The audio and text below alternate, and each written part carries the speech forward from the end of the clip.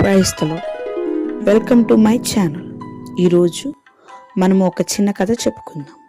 కథలోనికి వెళితే, ఒకానొక ఊరిలో ఒక మనుషుడు ఉన్నాడు. ఆ మనిషిని యొక్క వృత్తి గాడిదలను కొనటము, పెంచటము, అమ్మటము. అయితే ఆ మనుషుడు ఒక గాడిదను కొని ఇంటికి తీసుకొని వస్తాడు. అప్పుడు ఆ గాడిద గర్భము ధరించి ఉన్నది.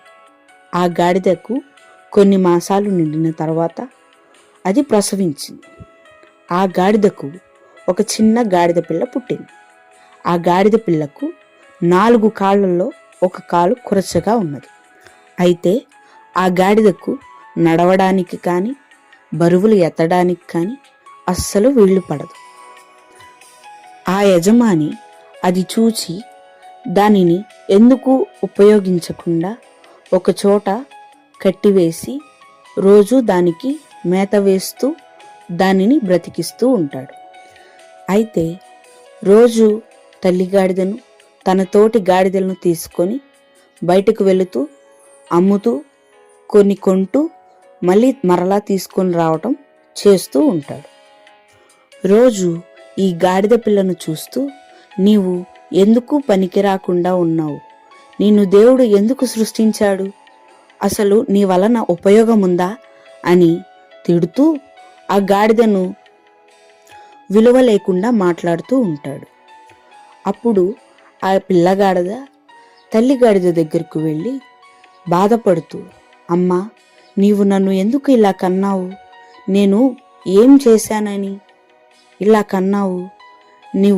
నేను కడుపులో ఉన్నప్పుడు తినకూడనివేమైనా తిన్నావా? అందుకే నేను ఇలా పుట్టానా అని ఆ తల్లి గాడిదను ఆ పిల్లగాడిద ప్రశ్నించింది.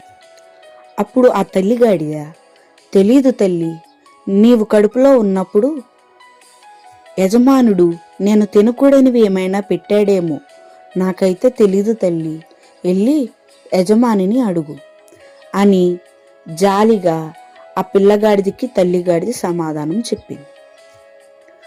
ఆ పిల్లగాడిద ఆ సమాధానం విని తన యజమాని దగ్గరకు కుంటుకుంటూ నిదానముగా వెళ్ళి, యజమాని, నీవు నా తల్లికి నేను కడుపులో ఉన్నప్పుడు తినకూడనివి ఏమైనా పెట్టావా అని అడిగింది. అందుకు ఆ యజమాని, నేను అయితే తెలిసి ఏమీ తినకూడనివి పెట్టలేదు. మరి నాకంటే ముందు నీ తల్లిని పెంచిన యజమాని వేరొకరున్నారు. ఆ యజమాని ఏమైనా పెట్టాడేమో, అది నాకు తెలియదు. అతను ఎక్కడుంటాడు, ఎలా ఉంటాడో కూడా అంతగా నాకు గుర్తులేదు. ఎందుకు ఇలా అడుగుతున్నావు అని పిల్లగాడిదను ఆ యజమాని అడిగాడు. అయితే ఆ పిల్లగాడిద, నేను ఇలా ఎందుకు పుట్టాను అని తెలుసుకోవాలని నేను చాలా ఆశపడుచున్నాను. ఈ రీతిగా నా దగ్గర ఎన్నో ప్రశ్నలు ఉన్నాయి. వాటన్నిటికీ నాకు సమాధానాలు కావాలి. నేను వాటికి సమాధానాలు తెలుసుకోవాలని మిమ్మల్ని అడుగుచున్నాను. అప్పుడు ఆ యజమాని, నాకైతే తెలీదు అని చెప్పాడు. ఆ సమాధానాలు విన్న ఆ పిల్లగాడిది నిదానముగా తిరిగి తన తల్లిగాడి దగ్గరకు వెళ్ళింది.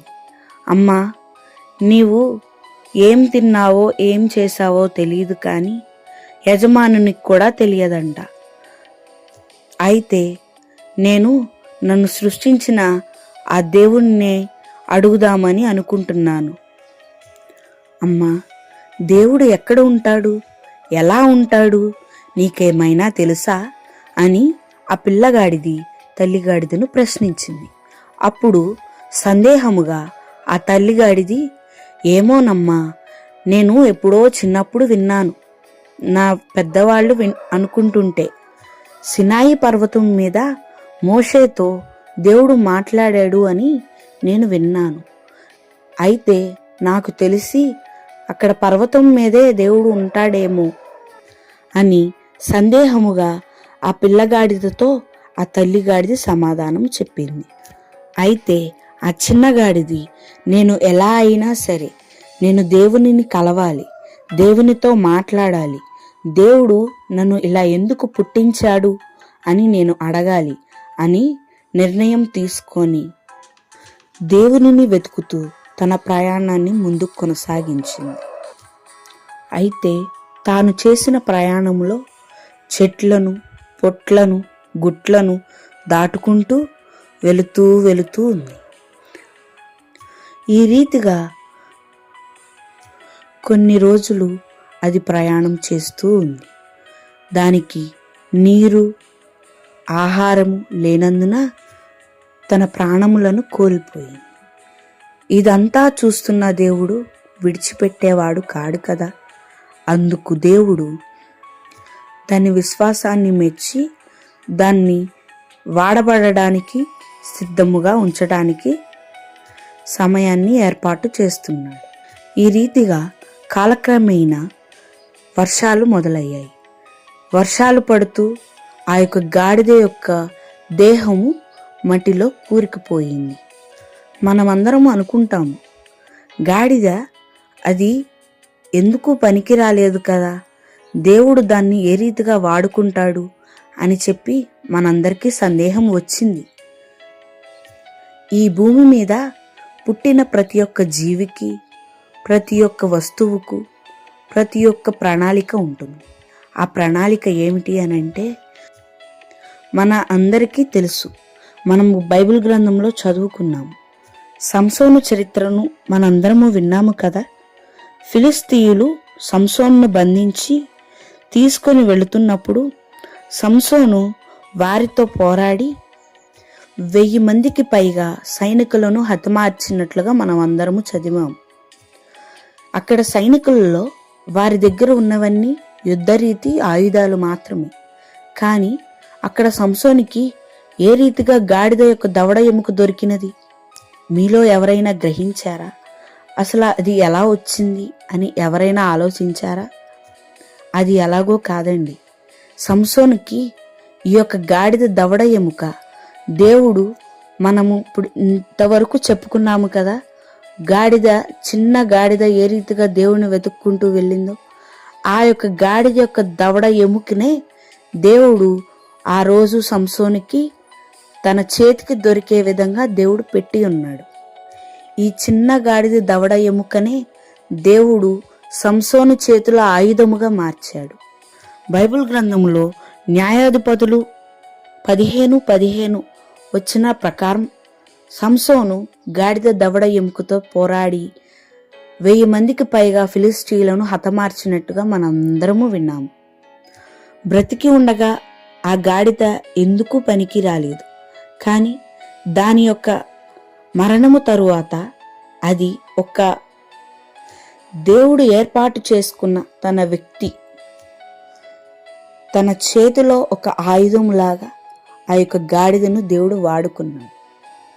అందుకే అందరము కూడా మన పుట్టుకలో ప్రతి ఒక్కరికి కూడాను ప్రతి ఒక్క ప్రణాళిక ఉంటుంది.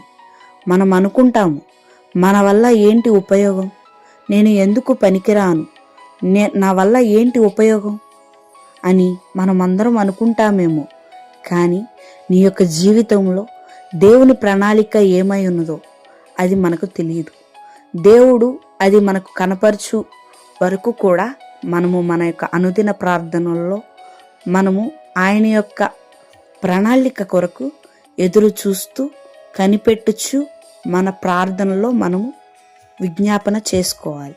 ఈ రీతిగా ప్రతి ఒక్క వస్తువుకును, ప్రతి ఒక్క జీవికను, ప్రతి ఒక్క ప్రణాళిక దేవుడు సిద్ధపరిచి ఉన్నాడు. ఆ ప్రణాళిక మన జీవితాల్లో నెరవేరు వరకు ఆయన కొరకు మనం కనిపెట్టుకొని ప్రార్థన చేస్తూ మనం ముందుకు కొనసాగటమే ఈ యొక్క కథలోని ముఖ్య ఉద్దేశం. మీ అందరికీ నేను చెప్పిన కథ విన్నారు కదా. అందరికీ నచ్చితే just share and subscribe my channel. Thank you so much.